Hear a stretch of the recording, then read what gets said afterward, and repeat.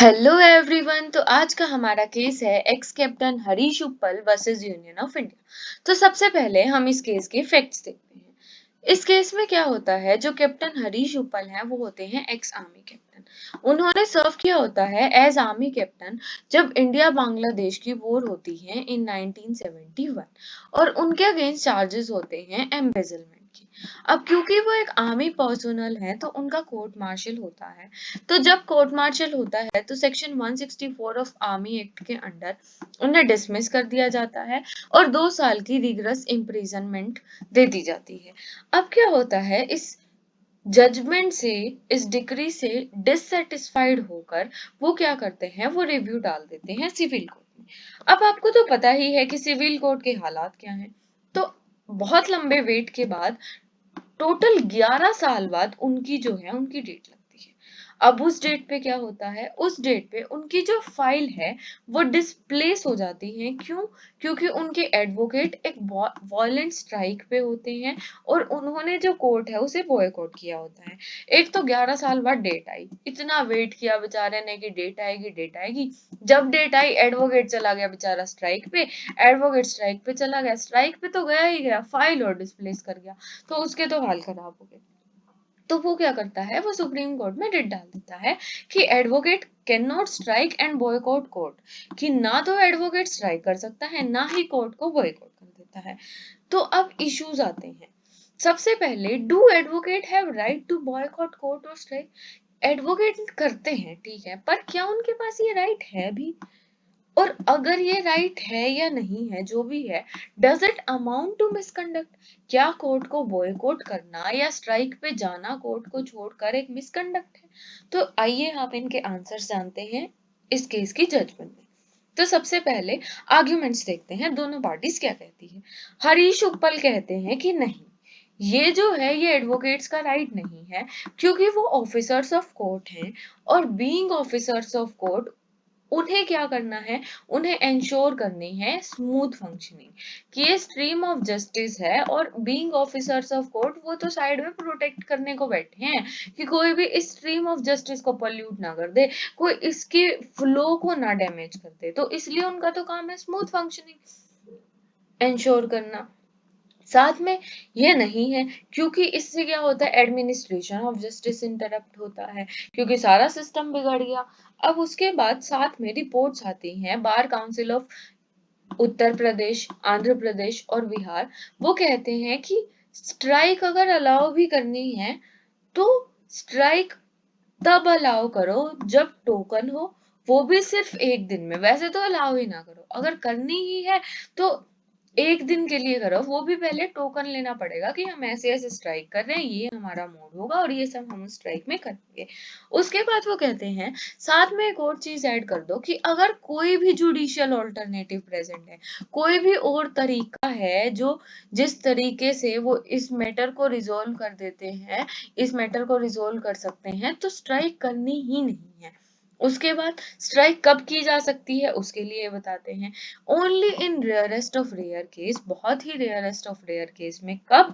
जब disrespect of बार और bench on stake, जब बार या बेंच की डिसरिस्पेक्ट स्टेक पर हो एक दिन के लिए, ठीक है, वो भी बस एक दिन के लिए स्ट्राइक की जा सकती है। अब यूनियन ऑफ इंडिया क्या कहता है?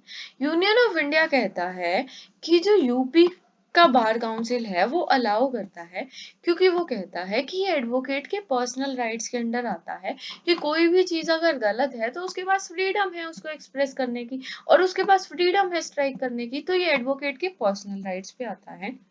अब क्योंकि ये पर्सनल राइट है तो कोर्ट जो है वो इस पर इंटरफेयर ना करे। पर साथ में कुछ केसेस ऐसे हैं जब ये जरूरी हो जाता है। पहली बात तो एडवोकेट का राइट है, पर्सनल राइट है, तो कोर्ट का कोई हक नहीं बनता कि वो इस पर इंटरप्रेट करे। दूसरी बात, बहुत सारे ऐसे केसेस होते हैं जब ये जरूरी हो जाता है, जैसे कि मान लो पुलिस और एडमिनिस्ट्रेशन का कॉन्फ्लिक्ट हो गया, प्रिजाइडिंग ऑफिसर के साथ ग्रीवेंसेस हो गए, अलग अलग लॉयर्स के ग्रुप में क्लैश आ गया। जो ये केसेस हैं इनमें तो जरूरी हो जाती है ना कि स्ट्राइक की रेजोल्यूशन है, स्ट्राइक से ही हम रिजोल्व कर पाएंगे।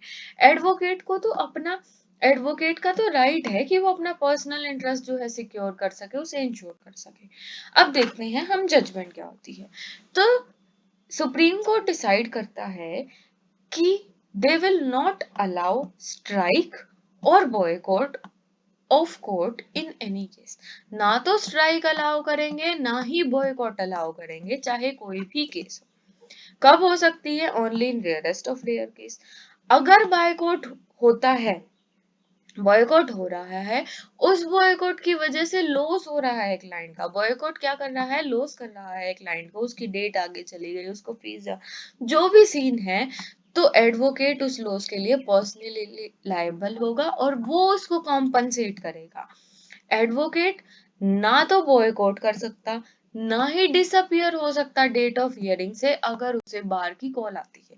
अब कभी कभी एडवोकेट्स क्या कहते हैं कि भाई मैं तो बार का मेंबर हूँ और बीइंग बार का मेंबर मुझे तो फॉलो करना ही पड़ेगा।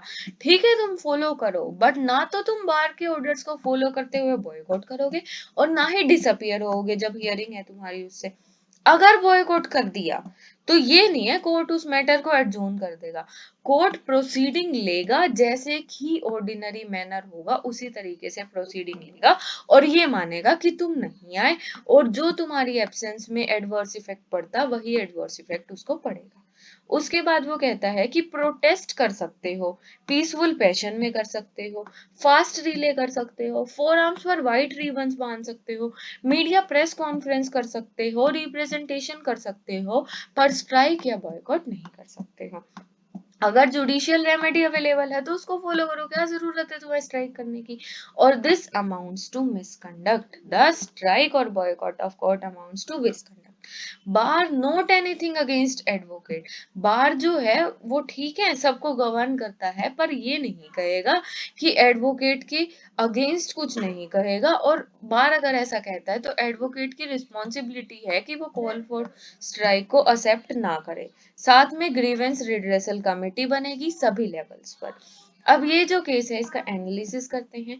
सबसे पहले इस केस ने एक बहुत ही लैंडमार्क जजमेंट थी और ये एक प्रेसिडेंट बन गया हमेशा के लिए सेक्शन 34 ऑफ एडवोकेट्स एक्ट। साथ में आर्टिकल 145 के अंडर जो कंडक्ट ऑफ एडवोकेट्स है उसके रिलेटेड रूल्स बनाए जा सकते हैं। तो ये एक केस लैंडमार्क जजमेंट था, साथ में एक बहुत ही प्रेसिडेंट था इम्पोर्टेंट, कि जो एडवोकेट्स है वो ना तो वो स्ट्राइक कर सकते हैं, ना ही बॉयकॉट कर सकते हैं, subject to all the conditions जो हमने यहाँ जजमेंट में पढ़ी। Thank you. तो ये था हमारा आज का केस। ऐसे ही और केसेस के लिए बने रहिए।